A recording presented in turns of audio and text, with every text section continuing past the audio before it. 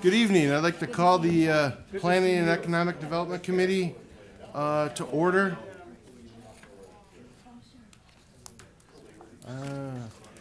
First on the agenda is the approval of the minutes from January 18th. Do I have a motion? I'll make that motion, Chair. Got a motion and a second. All in favor signify by saying aye. Aye. Ayes have it. Privilege of the floor. Do you have anybody to speak on the privilege of the floor? Come on down and join us, okay? Great.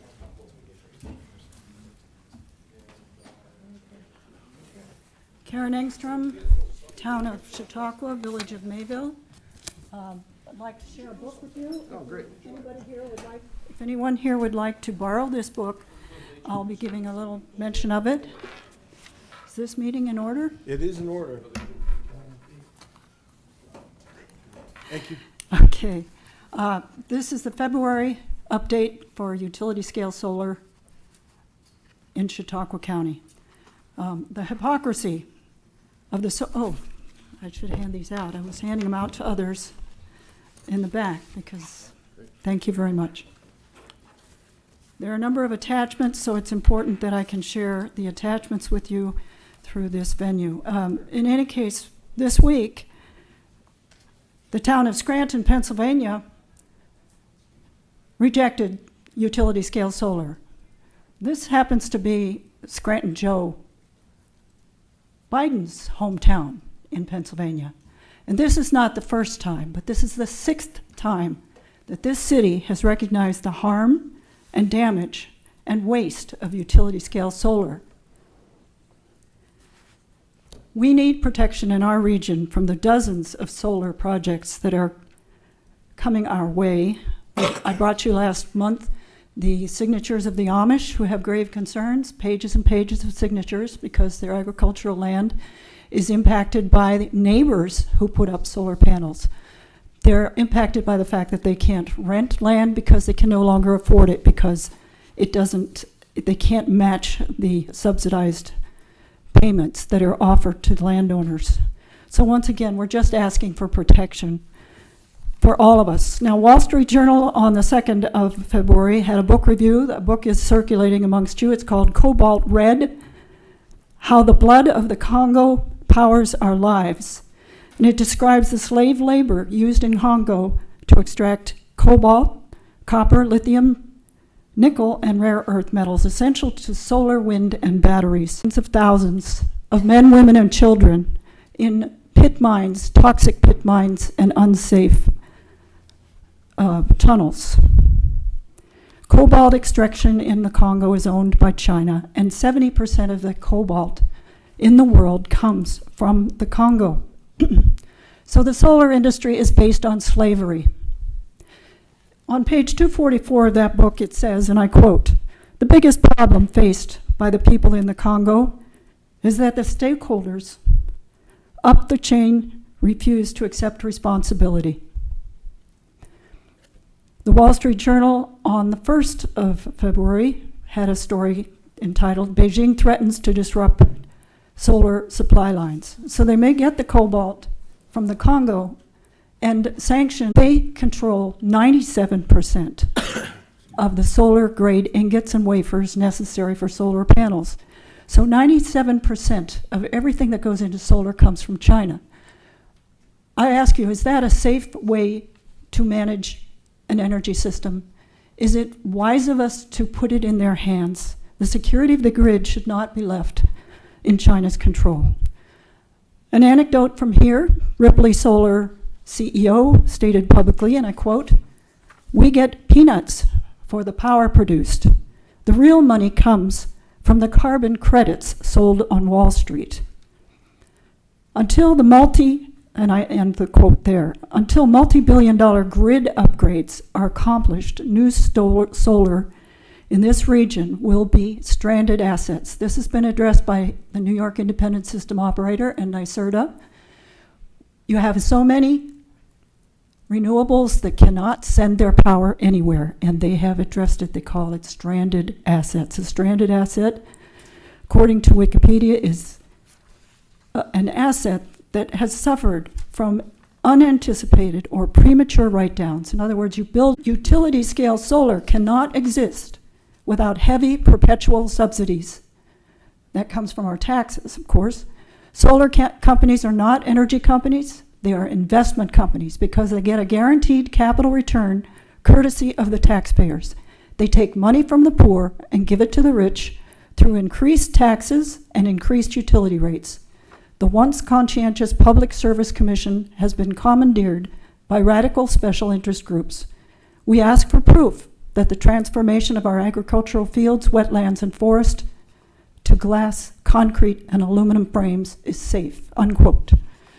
I've listed several options here, several suggestions. I'm sure you can come up with more creative things to do to protect us, and that's all we're asking, protection. We can't change the policy of the state, but you do know that grid failure, skyrocketing energy prices, and supply line blockages by China will eventually force a political reckoning. There will be conversations about how it came to be that our political class Congo Watershed Commission. Is there anybody here to speak on that, or is it pretty self-explanatory? Don't see anybody, so, all in favor signify by saying aye. Aye. Nay? Ayes have it. Thank you. Okay, number 2, proposed resolution. Amend the 2023 budget to implement the Wright Park Drive project using funding from the 2% occupancy tax program reserve. Mr. McCoy, I would think this, hello. Please enlighten us. Thanks for having us. Our pleasure. My name is Dave McCoy. I work in the planning department. I'm the county watershed coordinator. Okay, Andy? Cassandra Pinkowski with the Soil and Water Conservation District. Okay, I tried to call you twice. Oh, I wasn't, yeah, we were on.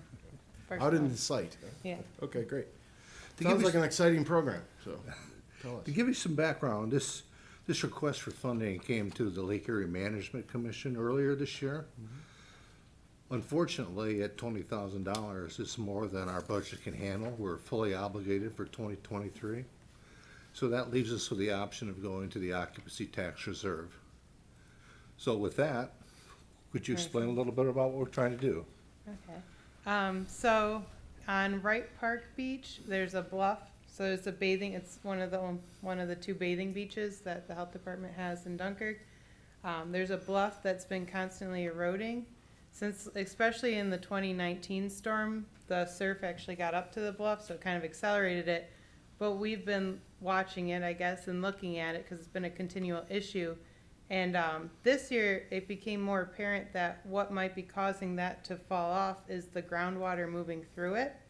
So it's 500 feet in length. So to just like treat it with like rock or something that pretty much is the go-to application, it would be hundreds of thousands of dollars probably. So what we thought is if we can catch that groundwater before it gets to the bluff and saturates it and have a safe place for that to discharge, we could treat that 500 feet for $20,000. And that $20,000 would be for trench and a pipe, but also to plant the base of it on the bluff. So if the surf ever did come up again, there'd be plants there to intercept it. Great. That's my easiest, quickest way of telling you. Sounds good. Now, you've already done some work, haven't you? Are you completing work in Wright Park there? We got lots of ongoing things. Drainage. Yeah, this was something that became, because we were there for another project, because we did some engineering studies over the past probably like 5 years, and both at Main Street Beach and at Wright Park, and to address the, I guess, the water quality at the beach itself. And we got EPA funding to do the work in the park, but while we were down there stabilizing the culvert at the end, we kind of noticed the bluff, and so that's how this kind of started. Great. Also will help some drainage in that neighborhood of the houses in Yeah, we the just- first ward there. Yeah, It the- always gets flooded basements. Our for- culvert, the one, we just put in a new culvert on Wright Park Boulevard, and the culvert that was in there was from the 30s, and it only had about 6 inches of clearance. And now our culvert is significantly bigger, so that should help. And it actually steamrolled into a lot bigger project, but luckily we had the grant funds to compensate for that, as opposed to if the city undertook it and then it would have been a nightmare, Great. so. Well, good job, both of you. Anybody got any questions? Okay, all in favor, signify by saying aye. Aye. Nay? Ayes have it. Thank you very much. Thank you. Keep going. Okay, the third proposal, and somebody's on their way here. How are you? Please introduce yourself for the Hi, audience. good evening. I'm Twan Leaners. I'm the Director of Conservation for Stockholm Watershed Conservancy. Oh, great. Welcome. Thank you. Thank you for having me.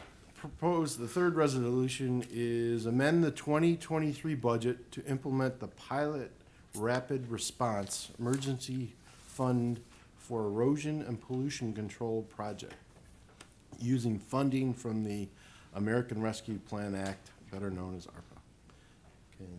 All yours. You know, from time to time, we have issues with certain streams in the watershed. Oftentimes, it's a big tree that falls down, and next thing you know, there's a big snag in front of a bridge.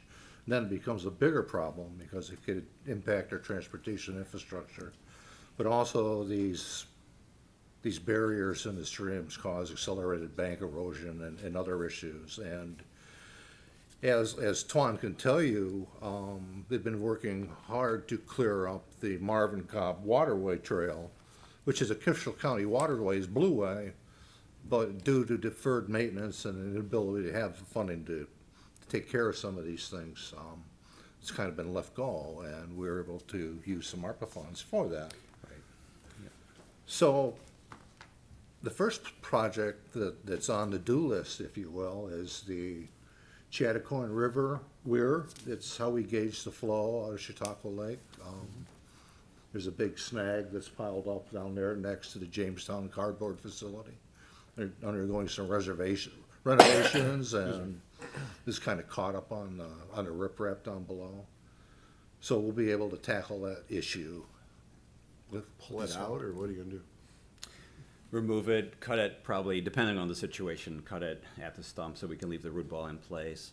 The real drive behind this particular request is to actually create some efficiencies. These are things that happen occasionally.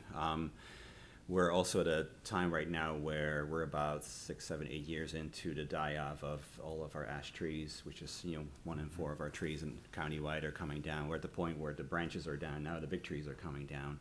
So the next 2 or 3 years, we'll see a lot of woody debris piling up on all of our waterways.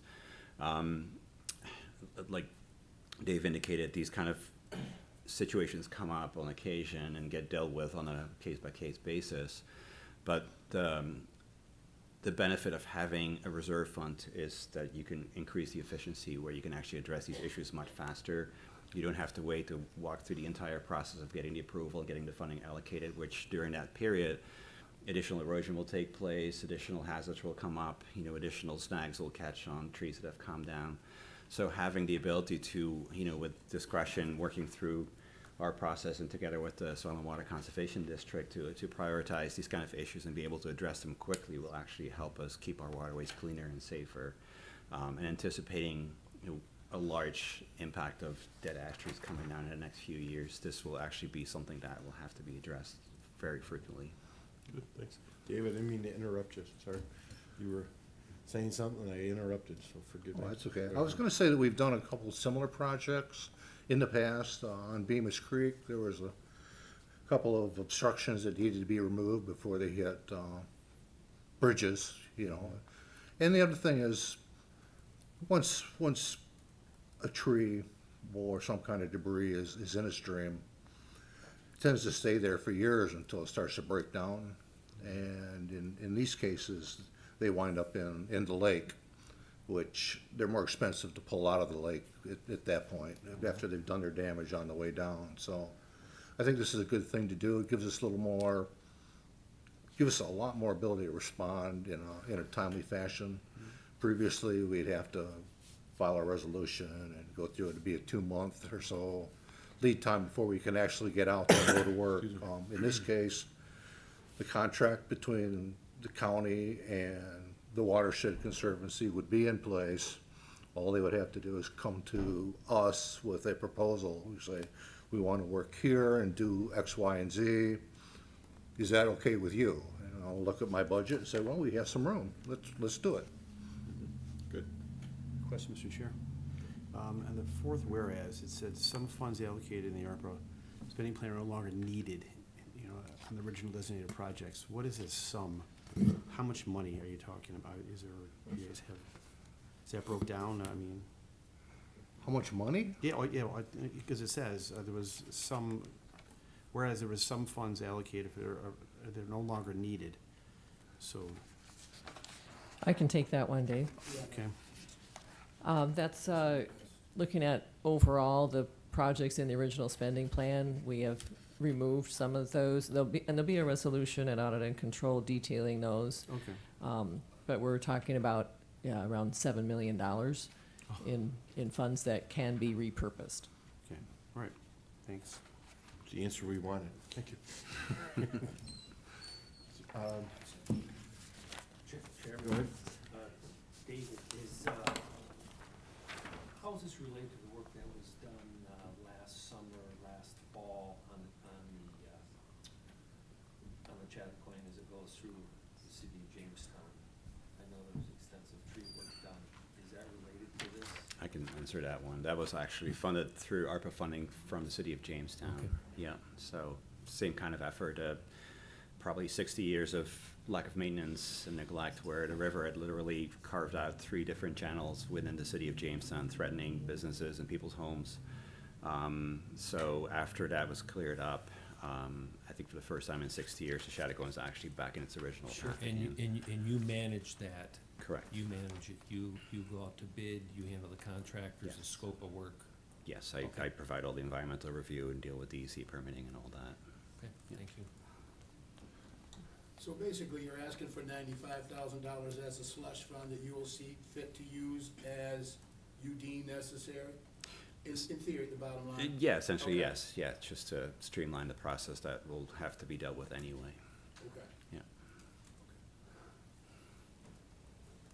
Do you have a scope of work with, an idea of scope of work or certain sites and some money you used with the Jamestown Container Companies? We've been doing this kind of work in the Chattacoin last year. We also worked with the town of Poland to do a similar project on the Conowongo Creek. Actually, a similar situation where woody debris piled up and it actually ended up leading to a casualty. Somebody actually died just going on the Conowongo Creek out there. So Is- they're real hazards. So there's a prioritization process Sure. that needs to happen. One additional question, Chairman. Is there an opportunity to do shared services this time of year with highway departments, maybe not be as busy as they typically would be in the spring and the summer? Just a question. I think so, yeah. Yeah, sure. Yeah, I'm sure that the scope of work that needs to be done countywide far exceeds the money that's going to be allocated. So, yeah, I'm sure that the process will actually bring those priorities to light. Anyone else? Mr. Chairman, I'm pleased to say that I'm familiar with this proposal because it's something that Tuan and I spoke about sometime in the past. As Dave indicated, in my district, we've had a couple of experiences with these emergencies developing in streams. There was one that literally a house was about to fall into the stream. There was a tree fell in, the erosion happened very quickly. It was a true emergency. There wasn't time for, we'll talk about it at the next legislature meeting. Action had to be taken immediately to protect the house.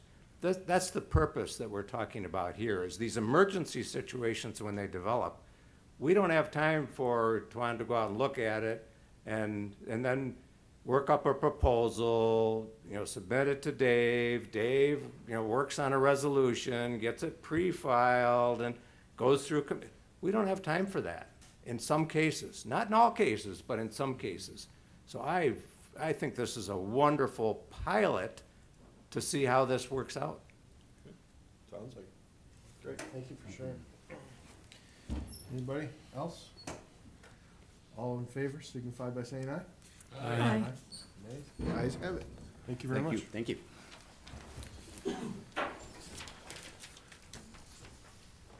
Okay, number 4. would please, we all know you, but if for our Yeah. listening audience, if you Yeah, I'm Mark Geis. I'm the Deputy County Executive for Economic Development and the CEO of the IDA. And Nate Aldrich, Economic Development Coordinator. Good to have you. So, the proposed resolution in front of us is to amend the 2023 budget to implement shovel-ready sites Phase 2 project using funding from the American Rescue Plan Act, ARPA. So as Kathleen spoke about a few minutes ago, after the original 43 projects were proposed for the $24.6 million, some of them either didn't end up happening, or some of them got replaced by other monies that came in, and it didn't, and so there was essentially around $7 million remaining. And this project is one of the ones that I submitted, because, I mean, and I've talked about it before, you've all heard me say it many times, we're dead in the water without shovel-ready sites. We get requests almost weekly for sites that are ready to go. You know, that the environmental's been done, they have infrastructure, they're large enough, they're near major transportation routes, and, you know, there was a study that was done before COVID, actually, so 3+ years ago, by Invest Buffalo Niagara. They contracted with Newmark Frank to do an assessment of our region, looking at shovel-ready sites and compared it to other comparable regions. And we graded very, very low as a region, and as a county, we graded low even in our region. So we've got about 30 acres in Mason Industrial Park, and we've got less than 10 acres up in the Chadwick Bay Industrial Park. Those are both small sites. We need big sites, and so we've been working Nate's been working hard on it, and Rich, and attorneys, and environmental specialists, and real estate, and we're working on a site, and it's expensive. I mean, you gotta, not just to acquire it, but to run the water, run the sewer, run the road, all the environmental stuff. So we really need this $2 million to make this project happen. And we're gonna, by the way, leverage this to try to tap into, and Nate's been working on this, the Fast New York program has a program where you can't acquire the land, but you can do, among other things, you can do the infrastructure improvements. So we're working up a proposal right now. So you want to add to that?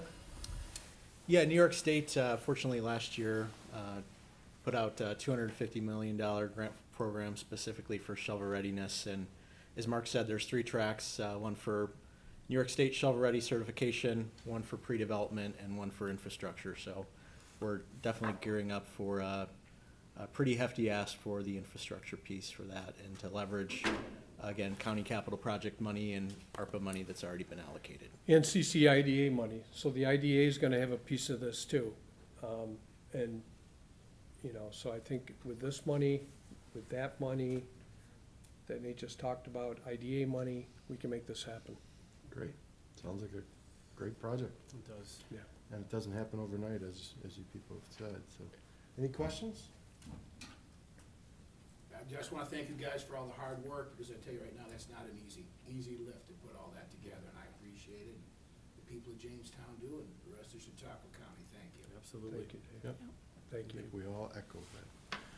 Okay, all in favor, signify by saying aye. Aye. Aye. Nays? Ayes have it. Thank you, gentlemen. Thank you so much. All right. Do you want to stay up there with her? Yeah.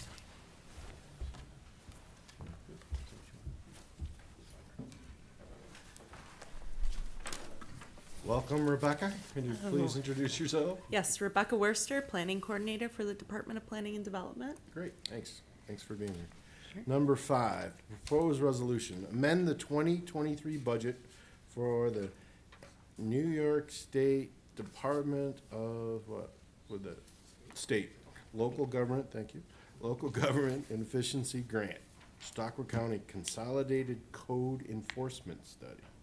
Yeah, so this is a pretty simple budget amendment. Ultimately, we were awarded grant funding last year in the total of $32,500.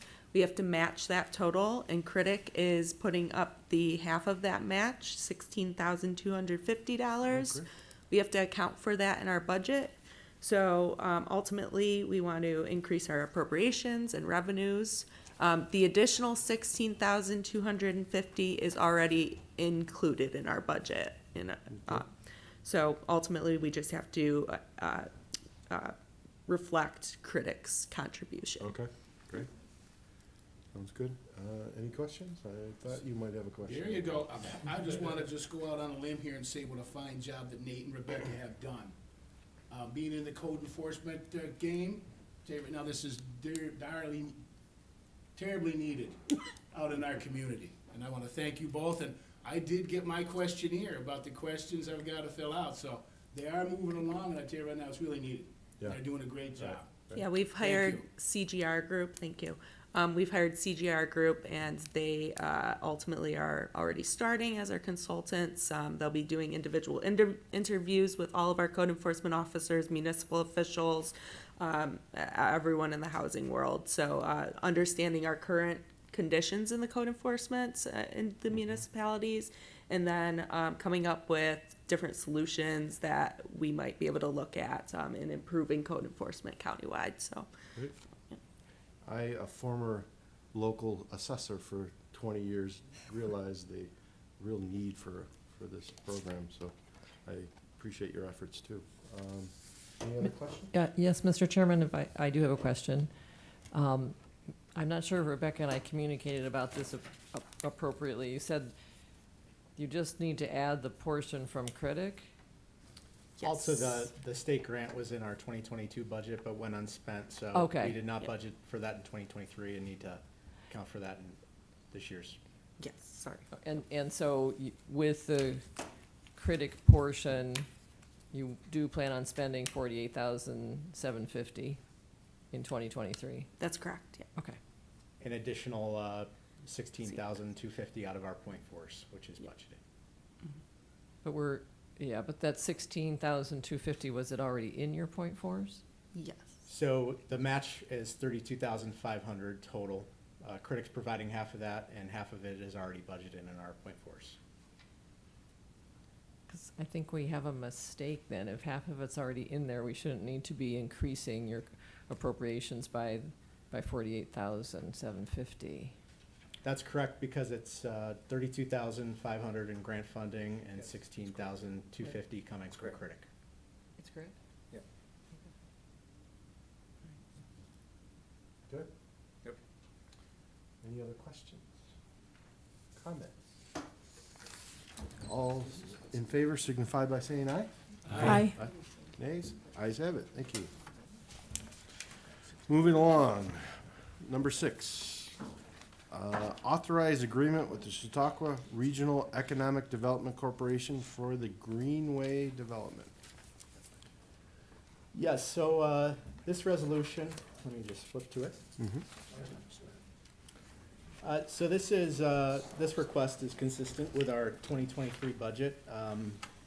Fortunately, we're Thank you. pleased to see growing occupancy tax revenue. So in addition to restoring all of our agency allocations that were cut due to COVID, we were able to implement a few additional programs in 2023, including this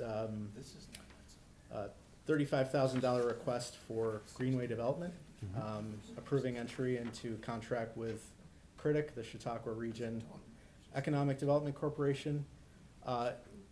We could go on and on about this, but in a nutshell, there's a lot of momentum right now among various trail partners. We've actually consulted with Jacob Boldway to launch the Friends of Chautauqua County Greenways under the umbrella of the Partnership for Economic Growth to really prioritize maintenance, new trail development, and promotion of collective assets of all the trails, and to ultimately seek more resources to invest in maintaining the trails and improving quality of life and bringing more tourism to Chautauqua County. So really, this funding would help us move forward with that initiative under Critic and contract with a coordinator to manage all the moving parts and to ultimately leverage local and regional state grant funding to maintain what we have and develop those resources further. Nice, nice. I just want to say two things real quick. One is, back in 2013, we did a greenway plan for the county, and it really resulted in several projects that were completed. The trail up in Westfield, down along Chautauqua Creek, the trail along Chautauqua Lake and Mayville there, and I'm sure there's others I can't think of, but a couple of things came out of that plan. We sort of had the top 10 things that we want to accomplish, and one was develop a Greenways, Friends of Greenways group. That never really happened. We were sort of trying to do this in the planning department as we were, doing our other stuff, but now we actually have that. We have, over a dozen different trail organizations represented in this group that's under Critic in the partnership. The other thing that was clear in that was the objective of maintaining what we have. And not to say that we shouldn't build anything new, but we certainly have to pay attention or give some attention to the trails we already have. A lot of those trails were built in the 60s and 70s, really haven't had any work done. They weren't designed right, they're in the wrong place, they're, et cetera, et cetera. So all that's being worked on right now. And this is really gonna help us to not only do that kind of work, but also then leverage the money and go after other monies, Ralph Wilson and others, to do those projects right. Great. Is the Chautauqua River, is that part of the Greenway? Well, when we say Greenway, we really mean Greenway and Blueway, like the Conewango Creek project. By the way, I canoed that about 15 years ago, and it took me 12 hours. I had 22 log jams. It was He's horrible. never done it again. Horrible. I mean, like the guy I was friends with. After that, we weren't friends anymore. But anyway, no, but it does include, yes, it includes the Blue Ways as well. And Because you people made a nice presentation about a year ago, about the Chautauqua and the kayaks and all that. Yeah, so we did a conceptual off plan. topic here? Yeah, no, we did a conceptual plan for the basin all the way up to McRae Point. So from Conewango Dam up to McRae Point, started, more than 2 years ago. It's sort of to figure out what types of projects could be implemented along there, like buoys and kayak launch and boat docks and lighting and tiered seating and stream bank stabilization. In fact, we're working with Twan and his group. And we used that, we went after grant funding, got $1.5 million grant, and then we got another $300,000 grant. It's certainly connected to this and is integral to this, but that was sort of predated what we're talking about here, but I think we put all those things together when we create this, and they become all part of one thing. Nice. Yeah. Good. Any questions? Mr. Wolfow? Mark, so we're really talking about walking, kind of bikes, horses, the waterways. Do the snowmobiles, trails come into that or no? They certainly could. I mean, the snowmobile trails are used for other purposes, as we know. So, certainly if there's the snowmobilers, they're really industrious, and they really sort of work together to make a lot of these projects work. Don't need a lot of outside help. However, for sure, it only makes sense if they're shared use trails that we should all pool our resources and make those things work. So yes.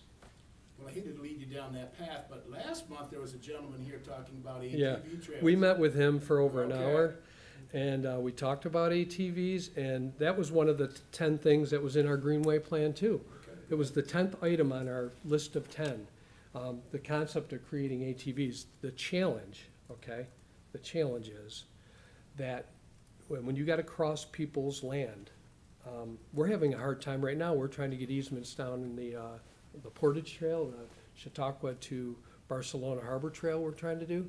And there are a couple holdouts that don't even want people walking across their land. And so when you try to approach people about, you know, using ATVs on their land, it's a harder sell.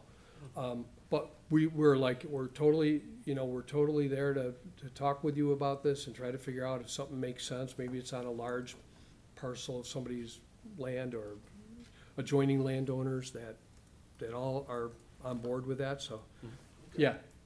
Just keep that in your mind. Oh, yeah, no, I agree. It's a I big, appreciate you could be a taking the big time to economic talk to me. boost. Yeah, Thank you very much. yeah. Hey, John? No? Good. Mr. Harmon, you're awfully quiet. Okay. All in favor signify by saying aye. Aye. Aye. Good.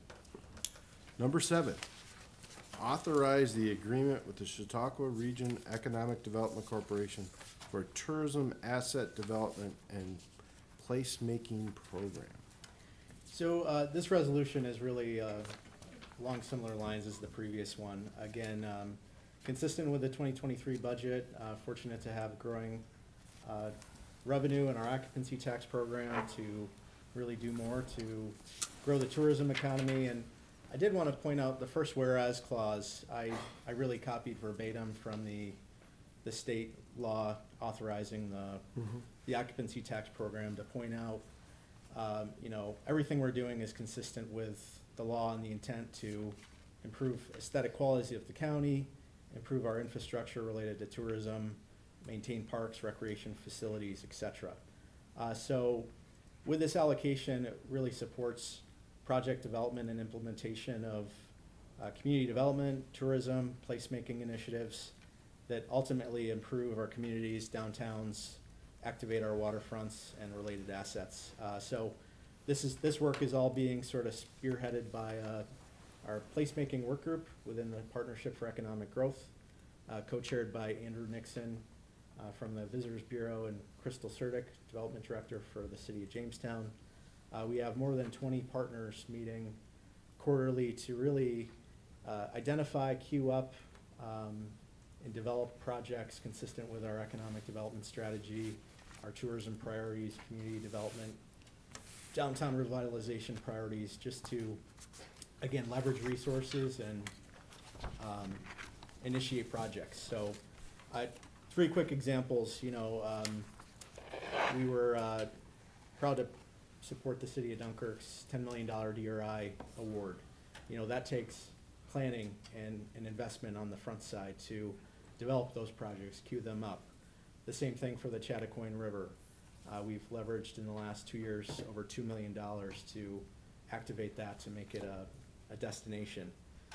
In Mayville Lakeside Park, right down the street, we were awarded late last year $675,000 to improve the park and activate the waterfront. So three quick examples, but needed resources to keep doing what we're doing. And if any of you have taken a look at, and we're going to elaborate on this in a little bit, again, really leveraging the resources and bringing in millions of dollars in state philanthropic resources to the county.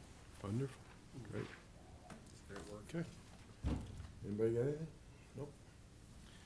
All in favor signify by saying aye. Aye. Aye.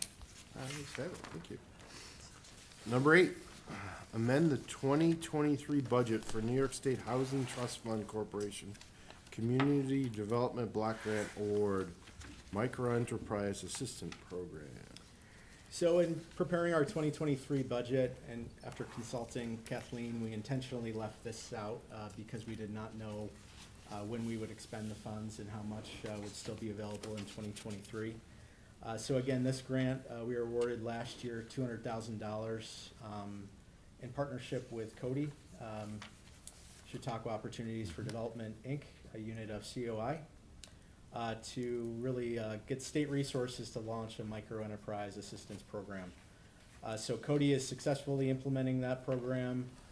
All the funding has been allocated. It just wasn't spent last year, so we just need a budget amendment to reflect that in our 2023 budget. Nice. Any questions? All in favor signify by saying aye. Aye. Ayes have it. Thank you. Moving right along.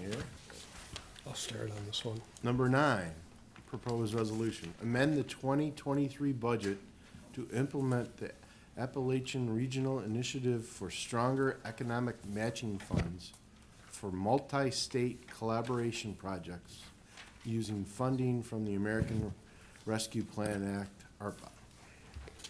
So, you know, this is a project that the county executive, he's had a number of meetings with the development directors in Ashtabula, Ohio, and in Erie, Pennsylvania, and really trying to queue up a project that could take advantage of this ARISE, it's Appalachian Regional Commission ARISE grant program, and it's funding that's made available to multi-state collaboratives. And it's really looking at infrastructure projects that could help the economies in Appalachia. And so I think it's Erie County is taking the lead on doing a plan, or really looking at an effort that really outlines what projects would make sense where. You know, whether it's some kind of rail, port, roads, other infrastructure. And that's what this plan would do, really lay out like, okay, what is their competitive advantage and what do they need in order to really take advantage of that. And so the funding it's a $300,000 lift, or a $300,000 project to hire this consultant. And it requires a 63% match. So when you take 189,000 as 63% of 300 divided by 3 for each one of us, it's $63,000 each. And so we've had a couple of conversations with them, and we think it would be good. I don't think it'll take a lot of work on our part because we got so much going on. It always scares me. But I think that what could come out of this could be really substantial, because once you do this, then it lines you up to go after the big infrastructure money. And that's the key. The gold at the end of the tunnel is the infrastructure money that's out there. The what? $1.2 trillion. We need to do this to get to that. Okay. And that was passed last year, and the monies are available. Yep. And without a plan, you really can't go after it. Right. Yep. And this would be a kind of a big level plan with us with another state, or? It has to be 3 states. 3 states. Yeah. It has to be Okay. multi-state. So it's Yep. New York, Pennsylvania, and who? Ohio. Ohio. Ashtabula, Ohio, Erie, Right. Pennsylvania, and Chautauqua County. Nice. Yep. Kind of unheard of, really. Yeah, it is. And Yeah. I mean, think about it. There's probably not a whole lot of other places where you could get 3 states that close together that could actually do a project like this Yeah. that would make sense for that whole, it's really a region. Yeah. It's this region. Yeah, Yeah. nice. Anybody? All in favor, signify by saying aye. Aye. Ayes have it, thank you. Okay, we've gone through the proposed resolutions. Now on the agenda is the presentation made by the Department of Planning and Development, their 2022 annual report and their 2023 Do you have work plan. One of these for me? Mark, Dave McCoy, Rebecca, and Nate Aldridge. And they have a little help on the side over there, it looks like. Want to get it? Okay, here, we'll slide down. Big crowd. So, thank you very much. We want to be respectful of your time. We could literally talk for hours easily. I could talk for hours easily, as you know. But, again, we want to be respectful of your time. And we sent, or I believe we made hard copies of a sort of a long presentation and put them in your mailboxes, so you should have those. So we don't want to go through all the details of all of that. So we want to just sort of do an overview of what we're all up to. And I'll introduce everyone, and then I'll let Rebecca's the only one that has staff. I'll let her talk about what each of them do, but Rebecca Worster, you know, Dave McCoy, Nate Aldrich, planning, watershed, economic development, and then we have Emma, Courtney, and Lauren's over here. oh, Lauren, and then we also have Barb Molnar, who works for us part-time.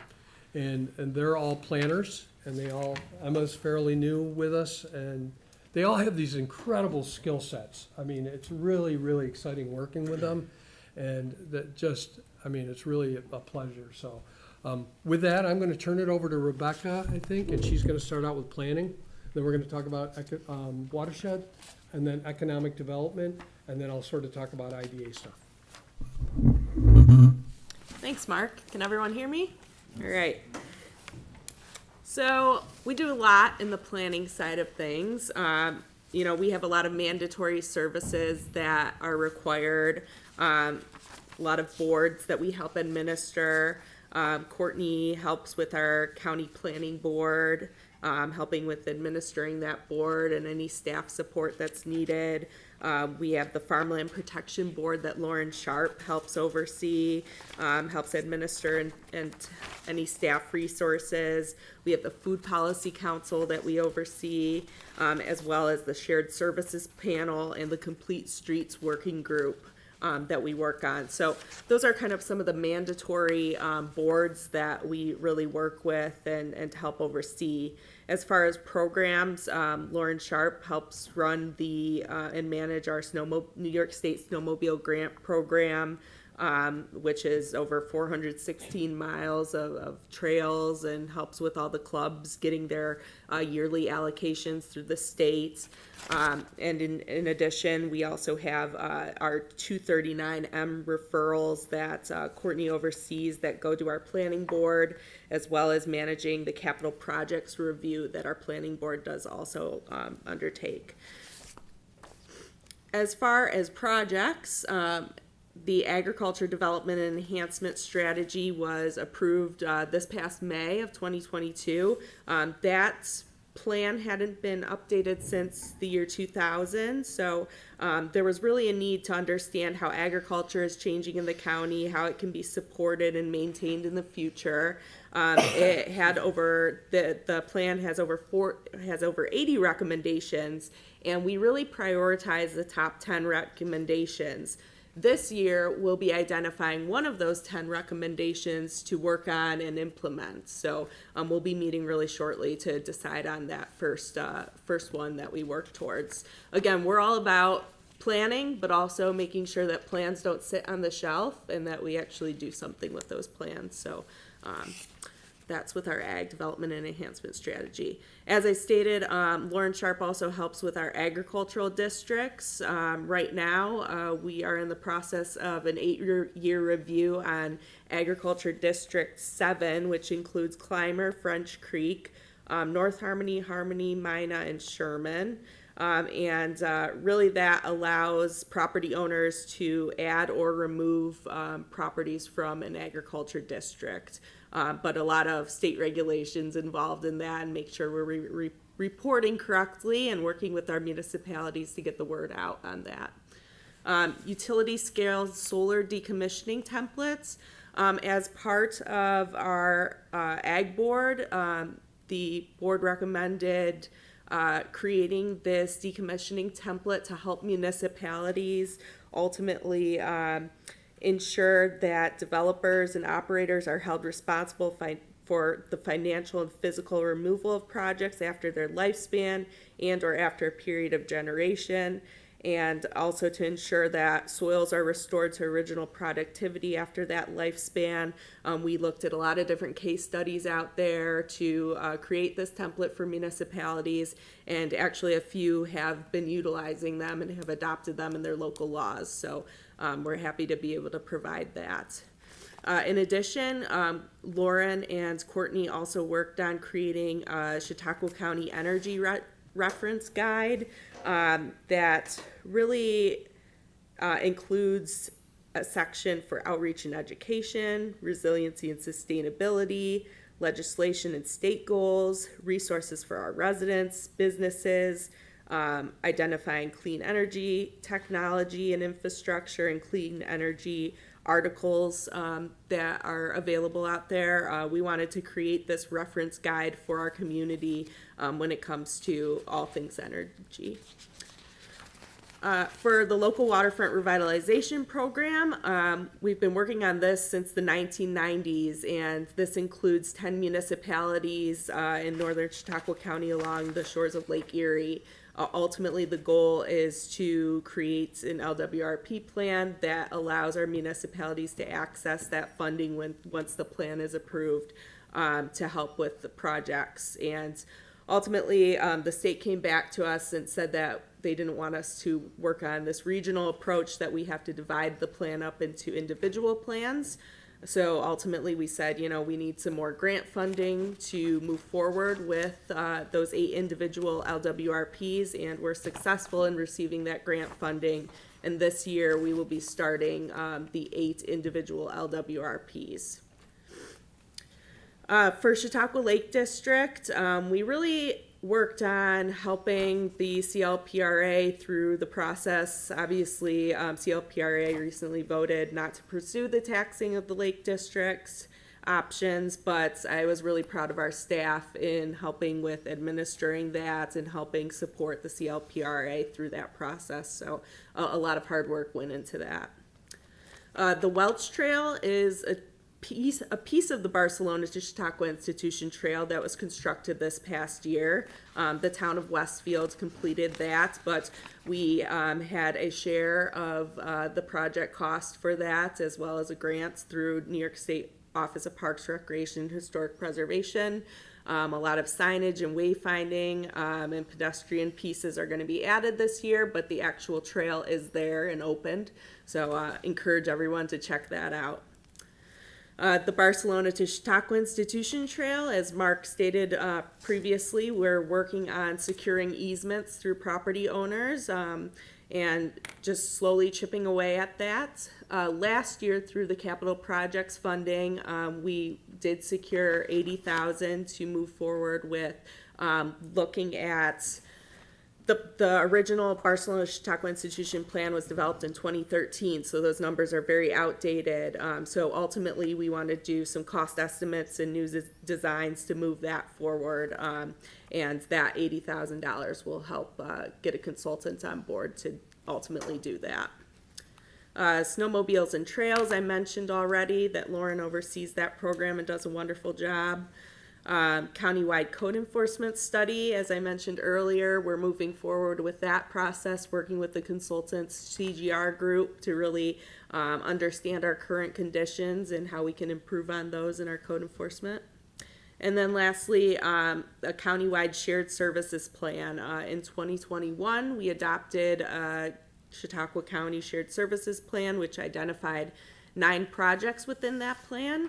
And project partners have until the end of June 30th of this year to implement those projects. Any savings from those projects through shared services are available for applying to receive that funding back. So any savings incurred for 1 year. So we'll be working with those project partners to apply for the savings through New York State this year. So it was identified that roughly $500,000 in savings is what is projected through those projects. Great. I'll pass it over to Nate, or what are we at? Dave for Watershed. Oh, thank you. Thank you. Got the image up for the? Yep. Okay. No pressure over there. All right, you know, I manage our occupancy tax program, and it's a great program for a lot of different reasons. One is we do an awful lot with not too much money. The program has, you know, really 3 prongs. One is the grant program, it's annual. This year, we hope to do, we planning to do 8 projects funded by the occupancy tax program. We didn't do any in 2020 and 2021 because of the pandemic. But we were able to use ARPA funds to fund those rather than use the occupancy tax.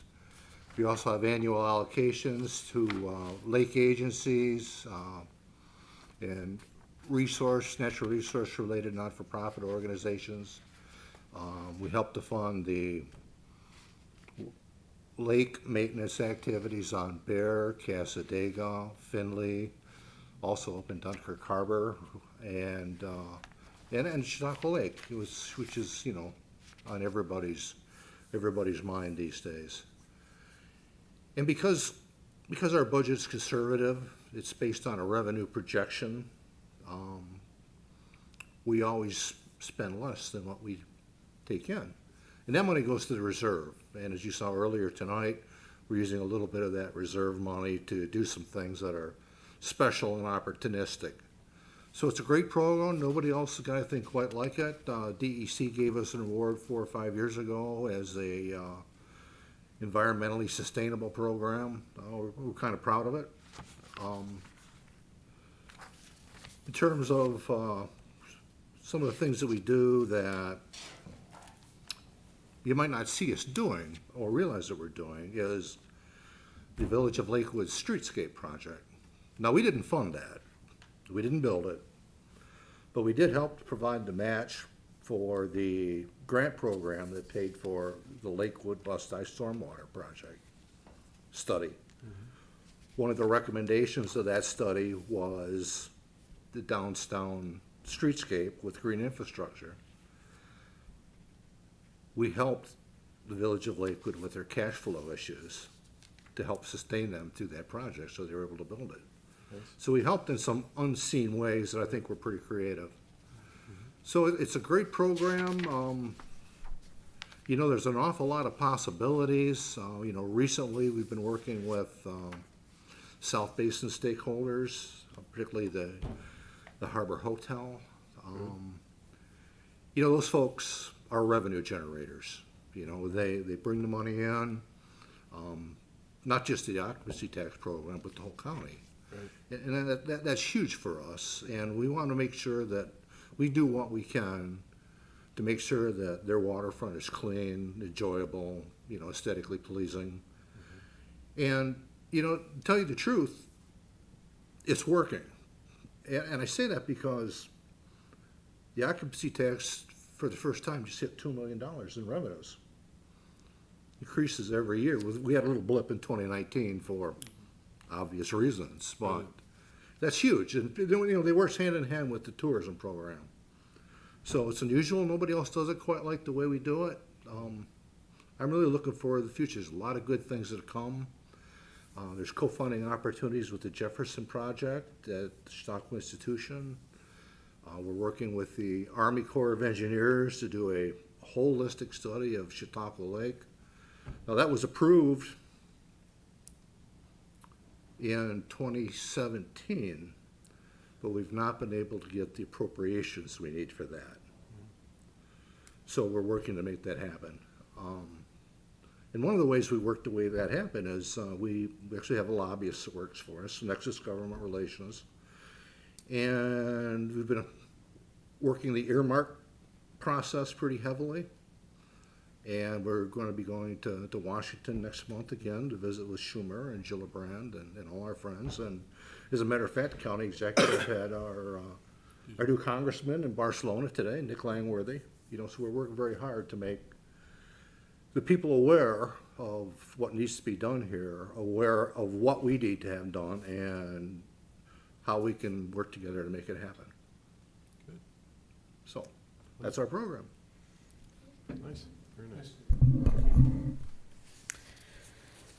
You know, so again, we could be up here all night, but in summary, for the sort of Division of Economic Development priorities, we already spoke to 2 resolutions tonight dealing with increased programming due to increased revenue. So really pleased to see that.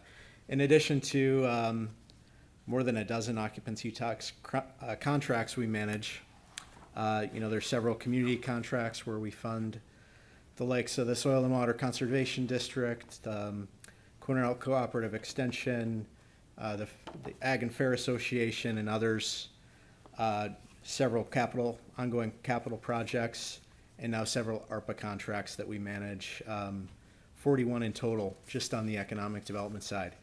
And again, we spoke to our Rockstar team and Lauren, Courtney, and Emma, but I'd like to give a shout out to our part-time account clerk contracts manager, Barbara Molnar, who keeps our office going. And without her, there's a lot of work in administering all these contracts and several $1 million in county funding. So that takes a lot of our time, but we sort of have it down to a well-oiled machine.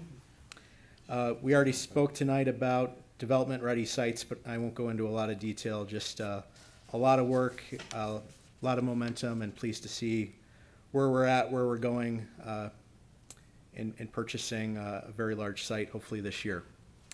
The Chattaquin River Strategic Business Plan, again, we invested in a planning process in partnership with the City of Jamestown, the Gebby Foundation, the Jamestown BPU, and other partners. In fact, several private sector partners that contributed to that. That was about 3 years ago. We sort of developed a roadmap for activating the waterfront, bringing people and small boat crafts down to the basin, behind the National Comedy Center. That initiative has since leveraged, as I mentioned previously, over $2 million in investment to implement a series of projects to really transform that area of the city and ultimately encourage more commercial development, private investment, and real estate, and improving downtown Jamestown. We also spoke tonight about the Micro Enterprise Assistance Program. We procured $200,000 in state resources last year in partnership with Cody. Cody has fully allocated that funding. It's forgivable loan funding to startups and small businesses in the non-entitlement communities of the county, and is a really great tool for helping them get started up and grow in terms of equipment purchases and other capital expenses. So I believe we hope to continue that partnership, and Cody is interested in applying for additional funding later this year. The Mayville Strategic Waterfront Activation Plan, again, Rebecca and I sort of spearheaded this planning process in partnership with Barton and LaJudas and the Village of Mayville, where we really developed a 10-year roadmap for the village to really take full advantage of its tremendous waterfront location on the western end of Chautauqua Lake over here.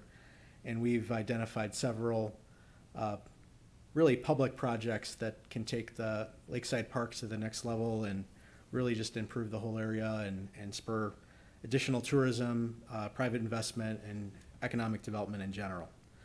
So we're pleased to partner with the village and work last summer on a grant application where we were awarded $675,000 to implement 3 of 10 priority projects. And then finally, we've been working on, obviously, the NRG facility for several years now. The first phase involved a $60,000 ARC Power Grant, which we matched with local funds from the city, the IDA, the county, to take a look at that facility and really the constraints for redevelopment as well as potential reuse scenarios. So we completed that process about 1.5 years ago, and last year we're awarded $160,000 from a brand new program developed by NYSERDA, the Just Transition Program for specifically for coal impacted communities and helping them really think about how to repurpose those closed coal plants. So we're well underway with that process and have a great partnership with the City of Dunkirk, and hope to really drill down into next steps. And ultimately, we hope to work in partnership with NRG to market and really get ideally an industrial or data center type use going at that site. So that's just some highlights. We'll hand it over to Mark to talk about the CCIDA, and then I'll also chime in a little bit about the Partnership for Economic Growth. You know, I'm not gonna talk a whole lot about specific projects. I think you all know that we have a pretty robust loan fund. We make high-risk loans to, you know, companies, to restaurants, to hotels. And, you know, we typically take a second collateral position behind the banks. So that really makes us sort of unique and makes a lot of projects happen. Last year, we did 17 such loans. We also provide incentives in the form of mortgage recording tax exemptions, sales tax exemptions, and property tax exemptions for projects that you know, involve investment, creation of tax revenues, creation of jobs, et cetera. Last year, we incentivized, or we were part of providing incentives to over $500 million in projects in this county. That's $500 million to be invested in this county. We secured $7.8 million in grants, 363 jobs created, 774 jobs retained, $2.2 million of payments made to the taxing jurisdictions from the pilots. And, you know, and I can go on and on. I mean, you know some of the projects, right? Like the White Inn, you know, about the Electrovia in the old Accurite building. That's a $42 million project. You know, we've got, you know, you helped Dunkirk with their DRI, the partnership stuff that we're doing. We're supporting the partnership, by the way, and Nate will talk about that, is under the umbrella of the IDA. It's really a program of the IDA. What I want to say is really just two things. I'm going to leave it at that, but two things. One is that I think we, you know, something I've been thinking about for a long time is, you know, there's more to economic development than just providing incentives. You know, we need to be thinking about, you know, housing, having the right type of housing here, or workforce development, downtown community development, right, placemaking, quality of life. Those are the types of things that I think we are different than any IDA I'm aware of across the state, because we have this whole nother sort of arm now, and that's the partnership. And we're doing all of that stuff in the partnership, and we're still doing the stuff that, you know, that the IDA has traditionally done. And the other thing I think is important is that I think, and hopefully you sense it, that we're all part of the same team. You know, it's the IDA, it's the Department of Planning, it's the Partnership for Economic Growth. We're all one team. We're cross-pollinating. We're working on projects that are over here and over there based on our skill set. It's like having an organization with all these people with different skill sets, and you bring them into a project so you can kill the project, right? I mean kill, I mean in a good way. Mm-hmm. And so that's really what we're doing, and we all have the same mission. And so I'll leave it at that, and I'll have Nate talk a little bit about the partnership. So real quick, regarding the Partnership for Economic Growth, again, launched in 2019 as an initiative under CRITIC, the IDA's 501c3 nonprofit subsidiary, to really be the public-private partnership that develops and implements our economic development strategy. You know, we were intentional. County government alone can't transform our economy, so it's collaboration. It's the public sector, the private sector, and really, you know, we've created this really implementation mechanism where we have 5 working groups, really, as Mark just discussed: business development, workforce, housing, placemaking, and infrastructure. And we have dozens of partners meeting on a quarterly basis to discuss the economic development strategy and ultimately queue up projects and initiatives that help to implement that plan. So again, this year or last year, our work resulted in 9 grants awarded, almost $1.5 million in funding to the partnership itself. We've been very fortunate to use, as Dave alluded to, creative solutions to enhance our capacity to do more. We've hired, in the last 3 years, about 4.5 additional people with non-county resources by partnering with local foundations, the Ralph Wilson Foundation, and others. And that's really allowed us to queue up several dozen projects across those 5 areas, secure 9 grants, meet with the communities. We've dispersed last year almost $420,000 as local matching funds for communities to be able to go after these grants. And that resulted in more than $7 million in funding. And I'll stop there, but just real quickly, in the first 6 weeks of this year, we have already tripled that amount. So we have a good system, good structure, great team, great partners, and we're moving forward. Wonderful. I want to thank all of you for all your efforts. It does definitely seem like a team effort. You got a great leader, and you guys are all working together.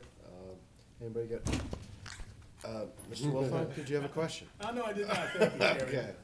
Well, we do appreciate all your efforts, and the numbers speak for themselves, so great job, everybody. Thank you. Thank you, appreciate it. Thanks for your time tonight. Thank you. Grab my stuff. Yeah. You can grab a drink of water real Yeah. quick. Take a little break for a second. Yeah. Did you have something else?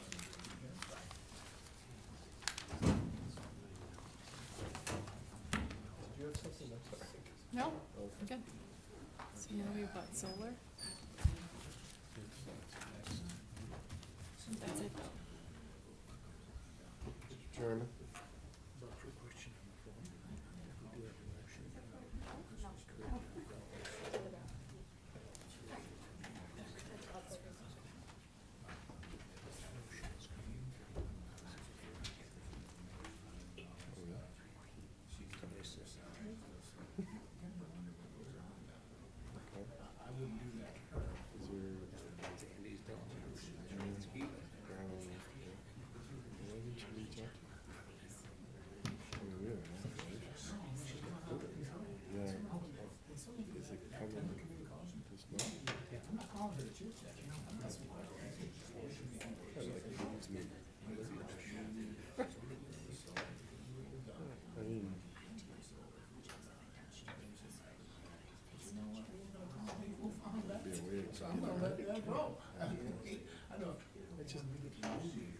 Then I'll drop it in their laps. You pinpointed exactly. At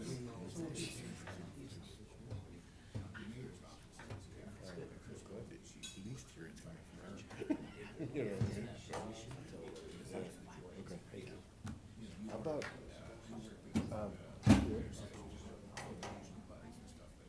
And I get that. And maybe she's being held to a different standard. You know what I mean? I get that. I'm just saying.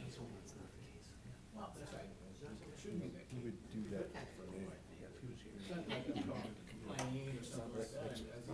I need some of the power. Our friend,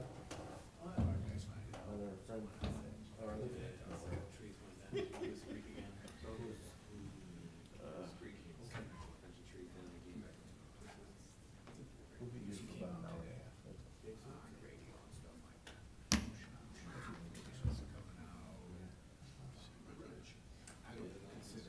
It's important, you got a petition, I don't think real, real political starts until the fall. And he starts saying, now I'm here, I understand that, but like after Labor Day, it seems like.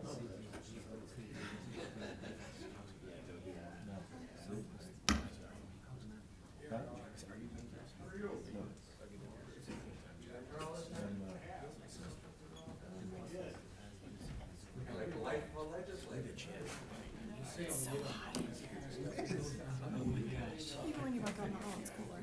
What's that? I said, even when you walk out in the hall, it's cooler. Yeah.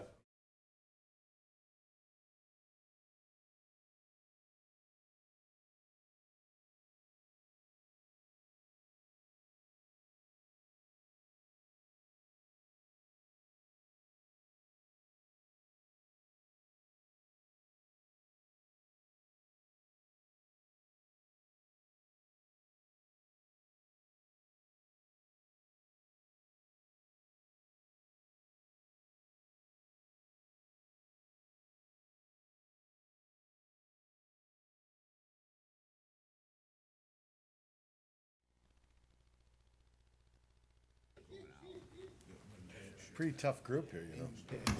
Some are, hi Jamie, how are you? Oh, listen. Oh, hi, Jamie.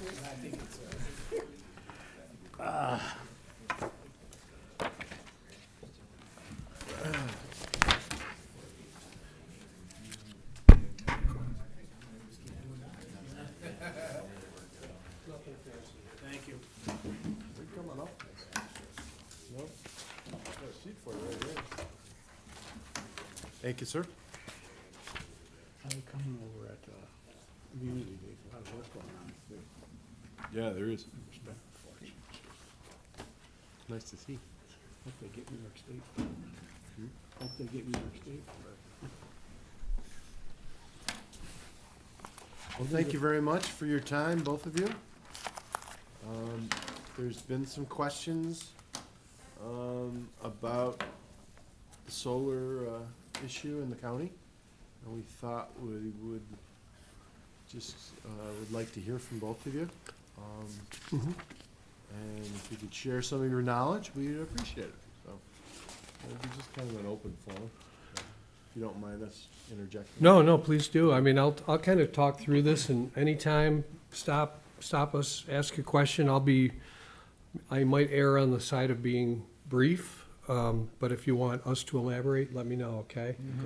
I know there's been questions about how many projects the IDA has approved, and that number is 21 projects approved.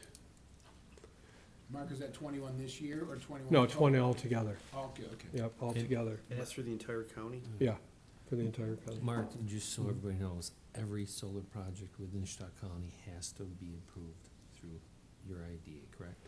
No. Okay. No, so, okay, let's go back. So, you know, we made a policy years ago that, I don't care if it's a solar project or whatever it is. A developer comes to us, we point them to the municipality and say, you get approvals at the local level first before you come to us. I mean, that's especially true with a solar project. I mean, some of these other, buying a building and doing something like that's a little bit different, but the solar projects, it's, you go to the municipality, you get their approvals at the local level. If they don't want to do it, we're not going to help you. If they want to do it, we're here to help. So let me just stop you for a second. Yeah. I'm a solar developer. okay? Yep. And I want to put it in the town of Pomfret. Mhm. So they would meet with the town of Pomfret, and then the town of Pomfret would have them meet with the planning boards, Yeah. similar See how stuff like it that? fits in with their zoning and see, you know, what they need to do, what permits, decommissioning plan, Setbacks, stuff like whatever, that. setbacks, Okay. yeah, does it comply, what variances are required? And each town should have a plan set up for that, or in their zoning? Is that, Not necessarily, okay, right, not okay. necessarily, but I mean, you know, the ones that, there have been ones that, and not as many recently, Yeah. that are not prepared, so they, you know, in some cases they'll have a moratorium on them. And say, look, we need time. We need time to really, you know, fix our zoning and decide, is this something we want or not? And if they don't, then they can zone them out. And there are a number of towns that have moratoriums right now? Well, there has been over, been. I don't know off the top of my Yeah. head what, Town of Dunkirk still might be in moratorium. Okay. They might have just come out of it, I'm not sure. Okay, but, okay. yeah. I don't really keep track of that. I mean, what I do know is that, you know, when they come to us, it's always, you need to get your local approvals, and if they're on board with it, then we're here to help. And we help in a variety of different ways. A lot of time, the town doesn't want to do the environmental seeker review. If they don't want to do it, we'll do it. If they want to do it, that's fine, we'll let them do it. If they name us as an involved agency, we can just adopt their findings. So, you know, we work very closely with the town. We've had some where we're not gonna jam anything down the town's throat or the village throat. I mean, if you want it, we'll help you. And so, I think it's worked out real well that way, you know, because we're not gonna do something they don't want us to do. So, Mr. Chairman, so basically, an individual would come and he wanted to install, some solar panels somewhere, and he would meet with the local agency. Never, ever have you ever trumped a local agency, village, town, and said, I know we're gonna do this. no, They put that package together, they get all of the everybody on board saying, yes, we want this up, and then they would approach you to either help them out with zoning or seeker or funding or that type of thing. Well, usually the zoning's just up to the town. We That's don't the town. go to the zoning, but, you know, Mark did a great job with his department putting together a template for the decommissioning plan. It was a model that the state and NYSERDA had put out to protect the town in case somebody walked away or, you know, wasn't gonna do it the right way. And a lot of towns have adopted that, and we encourage them to do that, because it is up to the town. It's town rule. And so, you know, if the town wants this and their landowners want it, you know, again, we will help in any way that we can, so. So just real quick, I'm just gonna pass out, in case you haven't seen this template, I'll pass that out, that we did. And then, this is the website, and this really stemmed out of that energy group, that Ken Lawton was involved in. Oh, okay. And remember, we did a presentation here to the legislature? Yep. So we really wanted a place that anybody could go to, it's not biased, it's all, this is everything that we have that we could find out there about renewable energy, so that people can go to that as a resource. Can I pass this around? I will do that. Yep. You know, the other thing, what I was gonna say about the projects is, so right now, those 21 projects that we've approved are a total of 381 megawatts. And one is the large Connect Gem project, which is 270 megawatts. The other 20 projects are 111.75, so they're all 5 megawatts or less. The Ripley's smaller. included in this. Yep. And so what we did is we mapped all those. So you can see, now what's mapped here is the parcels, not the actual footprint of the panels. That's the parcels. And this has all the projects, all 21 of those projects on there. Yeah, you want. Yeah. And, oh, sorry. Oh, yeah, no.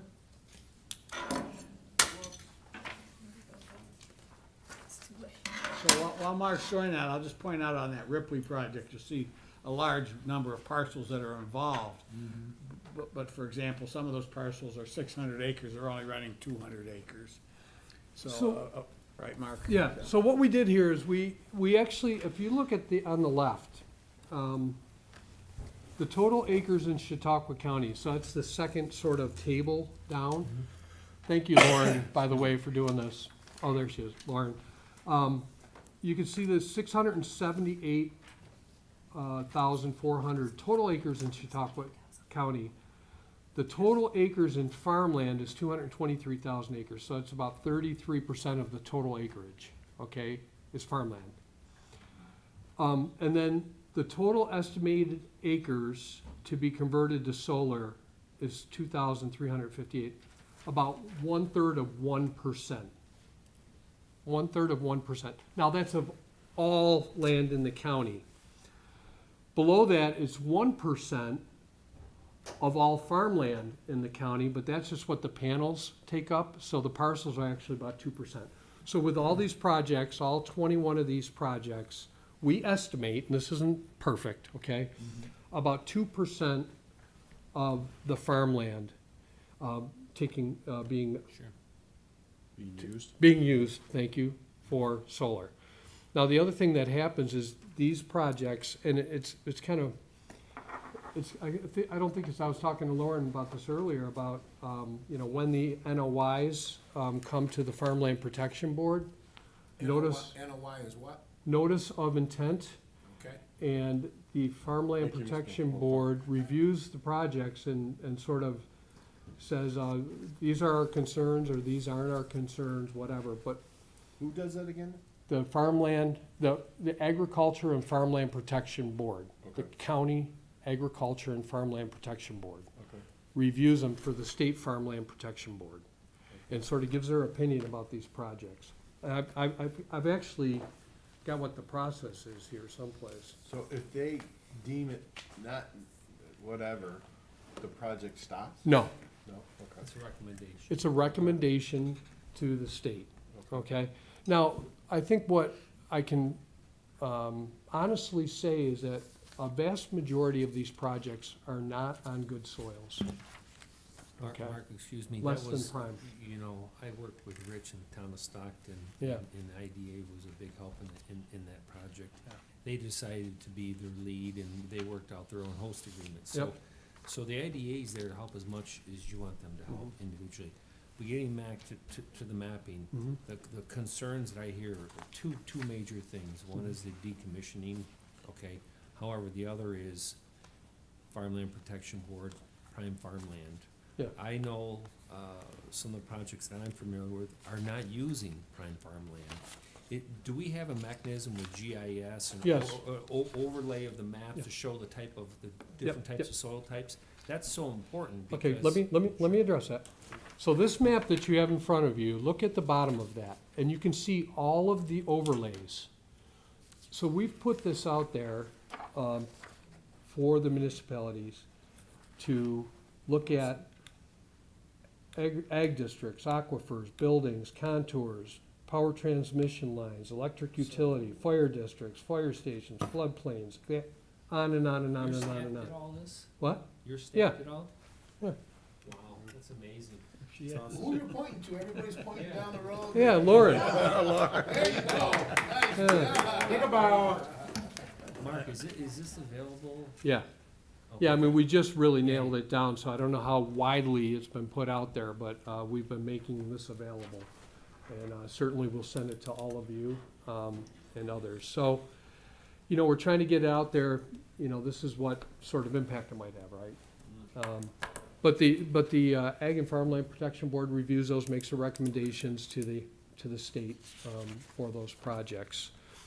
You know, the other thing I wanted to talk about is benefits to the taxing jurisdictions. And, you know, there are pilots on these, so the tax payments aren't huge, but there's, in almost every case now, a host agreement that goes to the local community.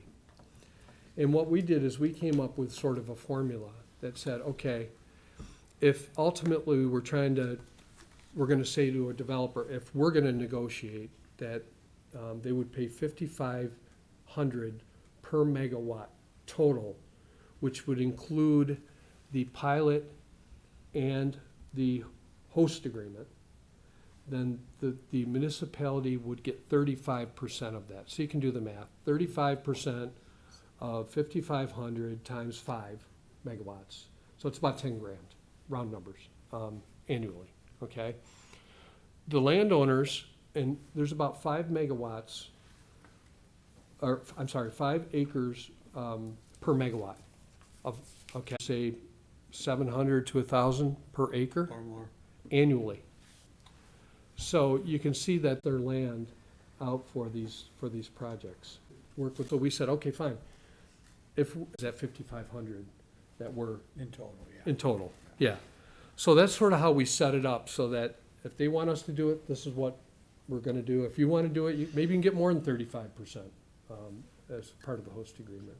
Just to give you an example, also with the ConnectGen and Ripley, you know, all said and done between, what the town's gonna get in the fire district, it's about $1 million a year, A year. yeah, For how long of a contract? 25, 2% escalator, 2% escalator. more than our levy. It's decent. I mean, that's like, that changes lives, that kind of money. Yeah. You know, in these municipalities, these local taxpayers. And of that Ripley project, is there a way to say how much of that is used, the good farmland?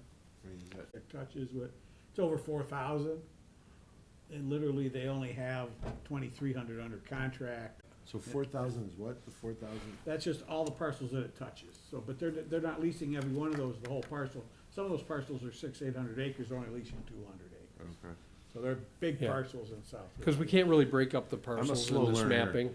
So Yeah. on your map here, Mhm. these little dots or whatever, that's where a project is? Yeah, those are 5 megawatts. Those are 5 all the little megawatts. 5 megawatts. And And you can see there's a theme there, they run along where the big transmission line is in the north, that's the Okay. majority of it. And again, you just explained it, but somebody that owns a 5 megawatt solar farm. They're making, So if they're leasing 50 acres, let's say, and they're getting, just for easy math, right, $1,000 an acre from the lease, it's $50,000 a year a year, the life of the term, for 25 years. 25 years. Yeah. And 21 projects that you have right now, and this is great information for me. There's only 2% of good farmland being used.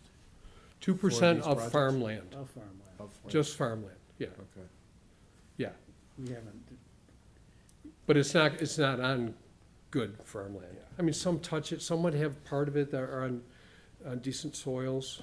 Because that's but- one of our concerns, at No, least the it was mine, sure. No. That's the was that biggest we hear concern. from farmers and stuff saying, hey, we can't compete with these guys, you know, I mean, you know, there's only so much good farmland in the county, and I don't know that. Yeah. I really, These, so this these gives are us- not, these are not typically on good farm. I don't wanna say it's 100% not good farmland, cause I Right. think there are little pieces here and Yeah, there sure. that might be, cause the soil isn't perfect squares. There might be a strain of some good soil running across something or on a corner or whatever, but for the most part, tried 5 different crops on all those Right. parcels, and he just couldn't make it go. On under, Christie so Road there. This was just like, for him, it was perfect, you know, he said, finally now I'm harvesting the sun, I make some money at it, and, you know, everything else he tried to do there just didn't work out.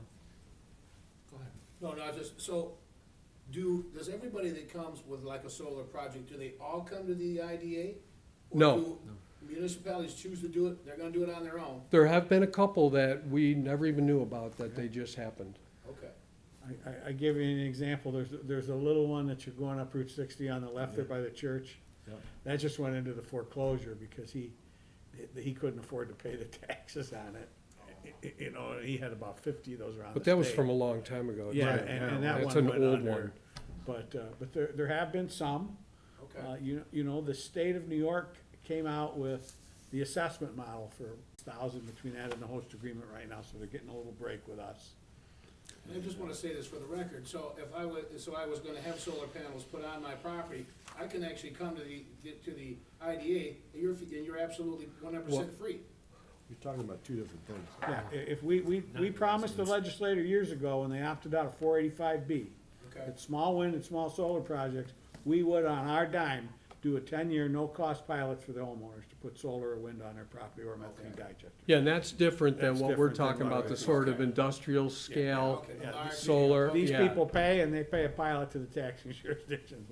They don't get away. But we did promise that to the individuals, because that was the legislator's concern years ago, when Okay. you first opted out of 485A, or 485B, because 485B said these things were tax exempt. Oh, That's what it were, unless the taxing jurisdiction wanted them to be taxable.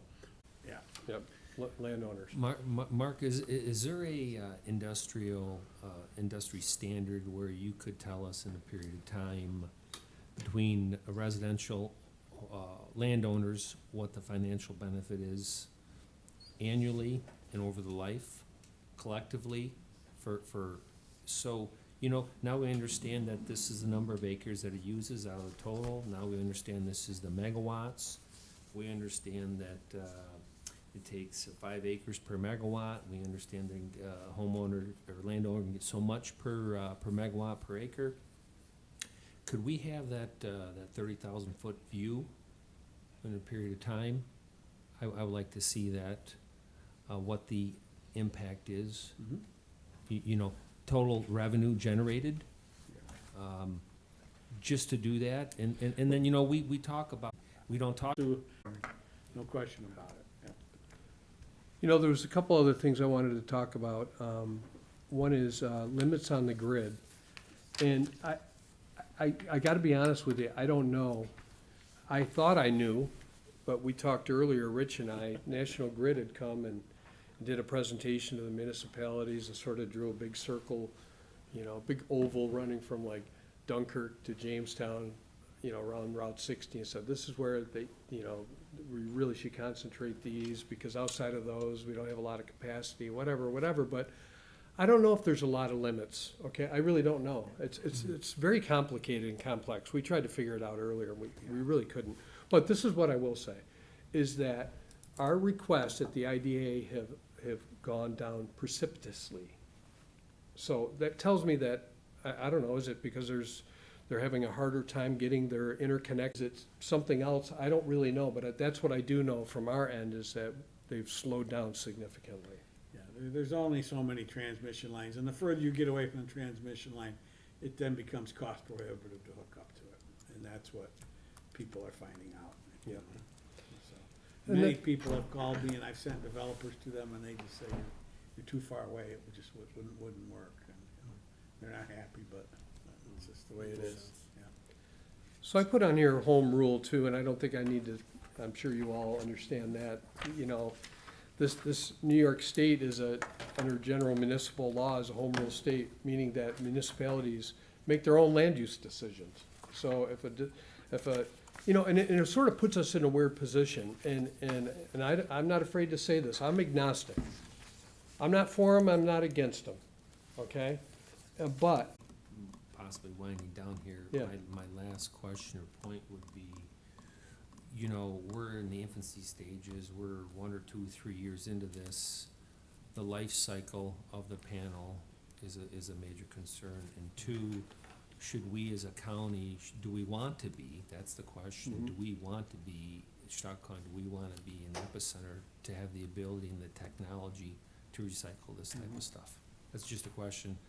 I ran into the retired landfill director, and he said, John, those are all kind of great ideas, but he said, we're 10, 15 years away. Yep. But sooner or later, it's gonna happen. And so the 2 big ticket items that I constantly hear, and I think the board, this committee would agree, is farmland use, okay, and recyclability and decommissioning of these. But that recyclability thing really, working for a company that recycled televisions. And early on, when the televisions, They when weren't there's, flat screens either. yeah, well, that even, but that's, no, it wasn't, it was the CRT tubes, the glass cathode ray tubes, you know, it was those TVs. And they knew that this was coming, that the flat screens were coming, which was gonna force all those CRTs into the waste stream. And I worked with a recycling company that figured out a way to, you know, take those apart, X-ray the different, you know, there's different types of glass that are used, and then introduce that glass back into the melters. At one point, they were in Ohio, but then they moved down there to the Maquiladora zone in Mexico. But anyway, so I don't disagree with you that might be a real opportunity for an industry to spring up. so on and so forth. You know, you know, you put down bullet items, you know, it's 10, 15 years away, but your economic development and your planning all the time, Sure. looking forward. Yep, I like that idea. Okay, anybody else? No, Mr. Wolfson? I just wanna say thank you so much for it, because it really cleared up a lot of stuff for me. For me as And I would really recommend that the other legislators who are not here certainly come down to your office, have a cup of coffee, and talk with you guys. Cleared up a lot for me. Or they can watch the YouTube video That's right. Yeah, there on the you county go. website of this presentation. Yeah, There you anytime. go. And a number of them did say that they were going to. Yeah. So, we appreciate your time. Thank you very Because the much. weather's so nice. Yeah, no one's Yeah, they're out there. Yeah, thank you. Do I hear a motion to adjourn? Thank you, everyone. Appreciate you sitting all the way through it. All right, gentlemen, see you next week. Hi, Travis.